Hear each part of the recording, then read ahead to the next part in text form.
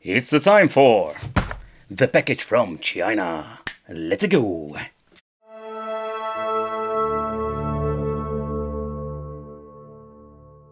So this package have been busted up absolutely crazy if you look at this. But what are we going to get? That is always the question with these things. I must say, like, we have reviewed a lot of these devices here on the channel. So if you're just new, so consider subscribing, hit that little bell, because you missed out a lot of different packages from China. So basically this is more like an Android box lookalike thing, but they're trying just improve it. So this is a 128GB, here you can see the EU version.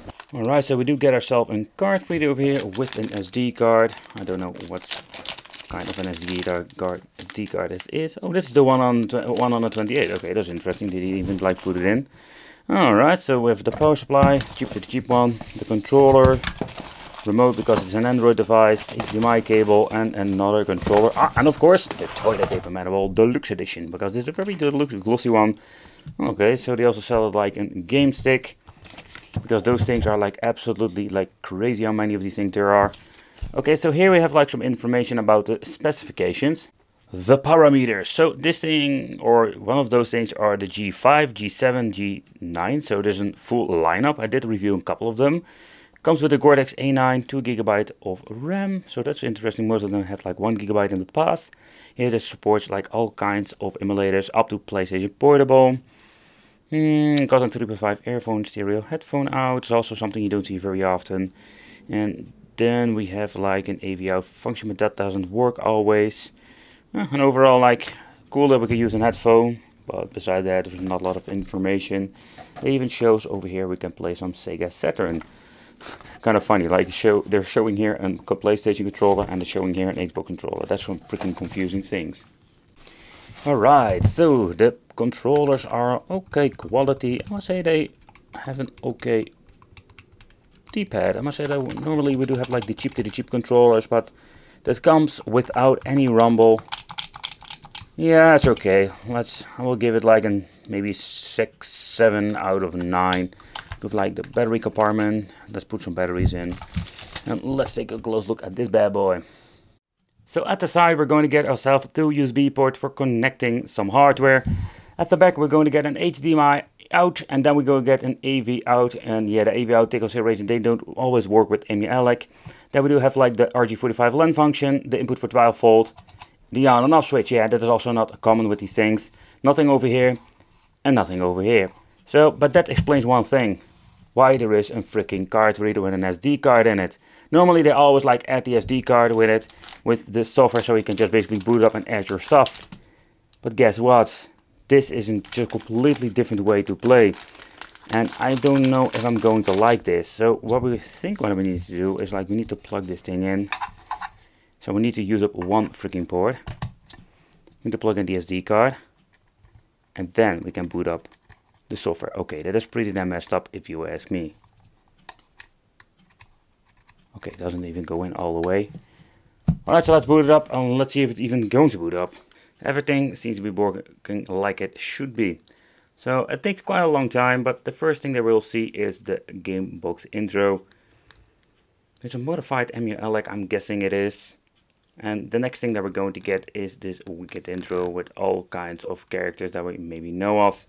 And just to be honest, like I don't know where the intro is from. And yeah, that's basically what we're going to get. It takes quite a lot of time, like say a minute or so, before we're going to be booted up the system in general. But that's it. So with the first generation of Android boxes that were modified with Emulation, also called Super Console X. So what you can do with those things in combination with this one is not going to be a big of a difference, because the hardware itself, it's going to be this more of the same.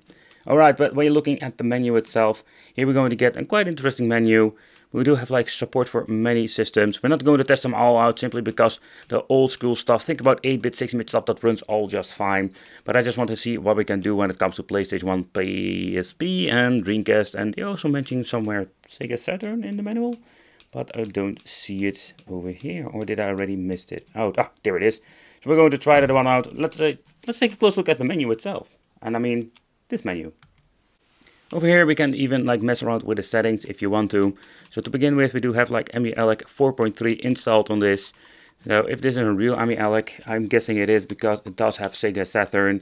Pressing the wrong button again. Here we can mess around with the video mode. Here you can see it's set to 720p. Start a boot. We can even change it out to Emulation Station and RetroArch. But again, you need to deep dive into this with a tutorial to show basically all of the options and what it is capable of. Just wanted to see out of the box what are we going to get and how does it play. Okay, so the people who don't believe me, so let's take a close look at some Alien Storm for the Mega Drive, or known as Genesis by many of you.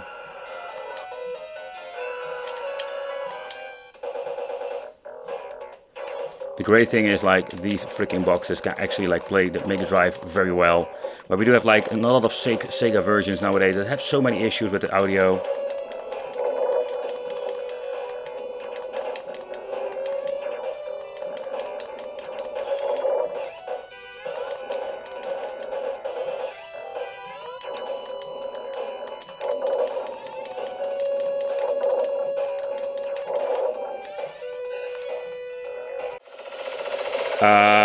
What the hell is going on? Controller! Oh man, my controller goes apeshit over here. Let's reset my controller. Let's reset my controller. Alright, reset it. Finally, it does work. Yeah, I just wanted to show you what happened here. So, it seems to be like my controller went apeshit, but let's take a close look at the gameplay. Dead Alive 2 with Flycast, original resolution, what I understand of.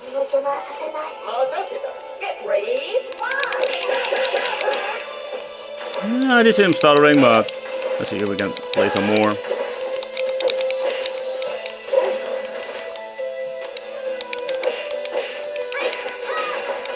So far so good.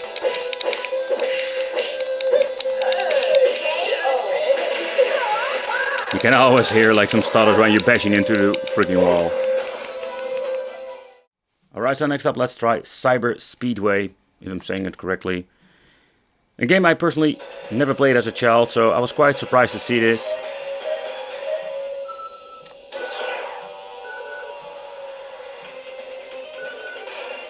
For me this not sound, but mostly like feels like a Wipeout ripoff. Let me know in the comments, did you ever play this game? Back in the days. You can see like it glitches a little bit, or it's just normal in the game.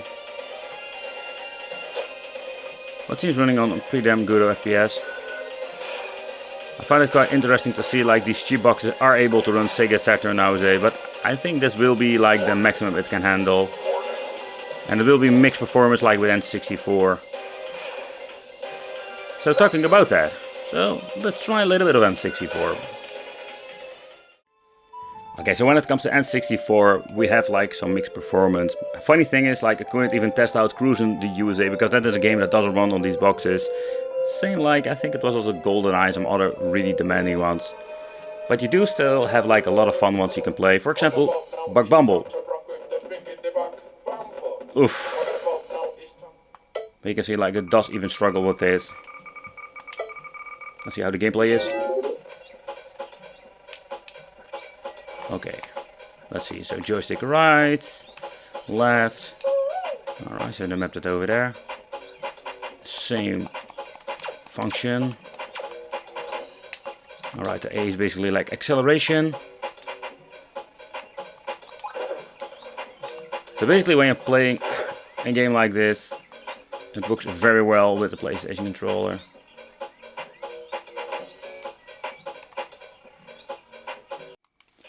Oh man, they messed it up with the PlayStation part. You can hear like the audio is not very good. The gameplay seems to be working just fine. The D-pad has a great feel for the fighting games, I almost want to say. Yeah.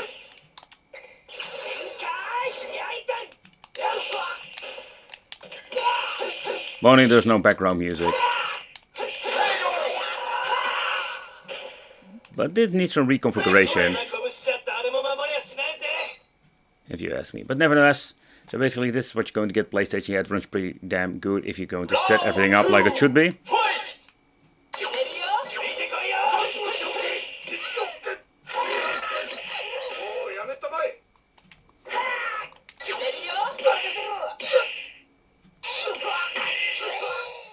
Alright, PlayStation Portable. So, you know, and I know, and especially the people basically like watching my videos all the time, you know this is not going to be running very well. Other people didn't know, now you know. Round one. Fight.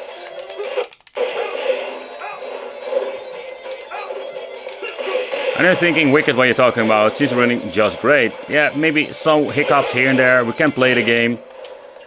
But, you know, like it has been like only already set to 1 times resolution. And of course frame skip.